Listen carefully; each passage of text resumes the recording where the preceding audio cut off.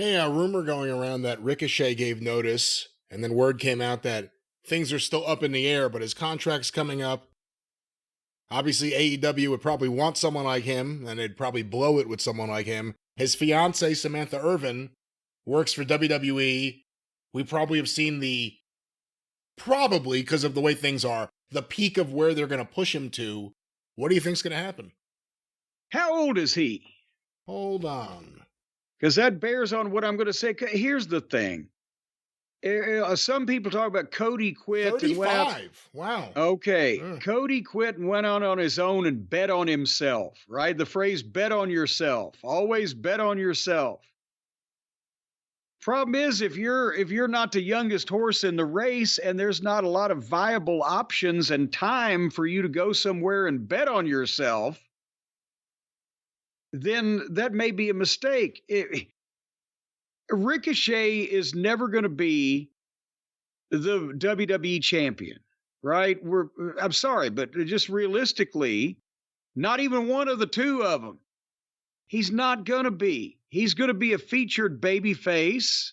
It might be hard to make him a heel, but he'd be a kind of a featured baby face on the card, not a main event level guy usually, or possibly at all.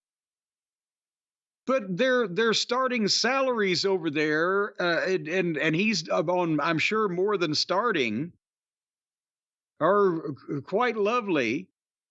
And his wife works there, and it's the number one company, and it ain't going anywhere. And he's 35. If he gets another 3-year contract there, he's 38. Then he can do some independence, and he's made a nice income, and he's not going to look like a fucking idiot by the time he finishes that 3 years like he would be if he was over in AEW. Or he can be over in AEW where he might even get more money out of Tony because Tony. But even huge stars that go there are nullified. And so if he went there, it's not like he can make himself a star in AEW because nobody else has been able to except for MJF. And it's not like if you're an already established star, you will stay as important as you were on the day one in AEW. So he'd be taking a little more money for a company that who knows what the fuck is going on at the whims of this, the child with the action figures. And then when you're 38 and 3 years is up, you can go to Indies as one of the fucking flippy fly guys on that show, or you've been working for the number one company in the industry. But it's not like that he can leave and come back to the WWE and be the world champion or a main event guy, is it? Because he ain't going to be anyway. I don't think he'll be a world champion in WWE. He owns his name, so he has that going for him. AEW would probably give him a lot of money and give him the satisfaction of working the kind of matches for the length of time he wants with the guys he wants. Him and Ospreay have a history. Oh, boy. I can imagine what they could come up with. It'd make Cirque du Soleil look like crippled fucking senior citizens. If you're being booked like shit, and you know you've been booked like shit for years, and you probably aren't going to have any hopes of ever being a world champion or anything, and Tony Khan's willing to give you a whole bunch of money to 1 day a week work with your friends and do what you want to do, it's easier to convince those guys than it is a main eventer. Yeah, I guess you're right. If it's like, am I an unimportant part of a good program or a sometimes big part of a bad program? Well, good luck to him. Hopefully he bounces back from this.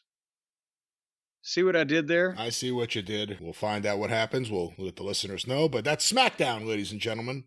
It certainly was. And here's my question. What in the world is going on in the 605 Arcadian Vanguard Network world this fine week? Another exciting week on the Arcadian Vanguard Podcast Network. Go through all the shows and get information about the shows on Twitter at Superpodcast or on Facebook, facebook.com/Arcadian Vanguard. Of course, the wrestling news, wherever you find your favorite podcasts, look for the wrestling news. or go directly to thewrestlingnews.com. Free daily wrestling morning newscast from the Wrestling News. Also want to make mention, Jim, I am right now, along with Jace Nacarado, even John Fell's helping us out, but it's a team effort. Going through the archives, we are putting together a Scott Cornish tribute episode. Oh, So excellent. It'll be a 605 special. Give us some time. We want to do it right.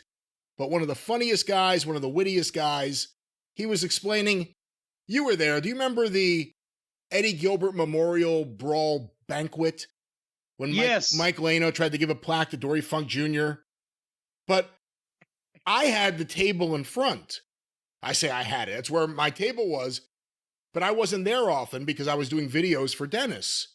At that table, I had Scott Cornish, Mark Carluzzo, and as Scott put it, a bunch of people who either couldn't or wouldn't talk. Fred the Elephant Boy. And as Scott put it, the best thing you could say about him is his brother's worse. Franz Schumann from Austria. Oh my God. Not really proficient in English. John Owen and I believe his dog Corey.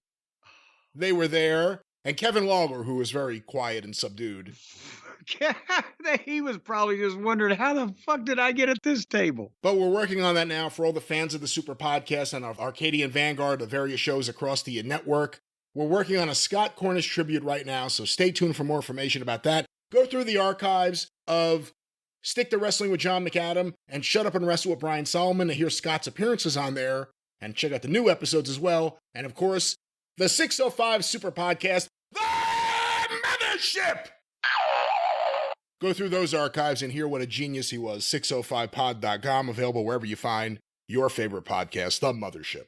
The Mothership.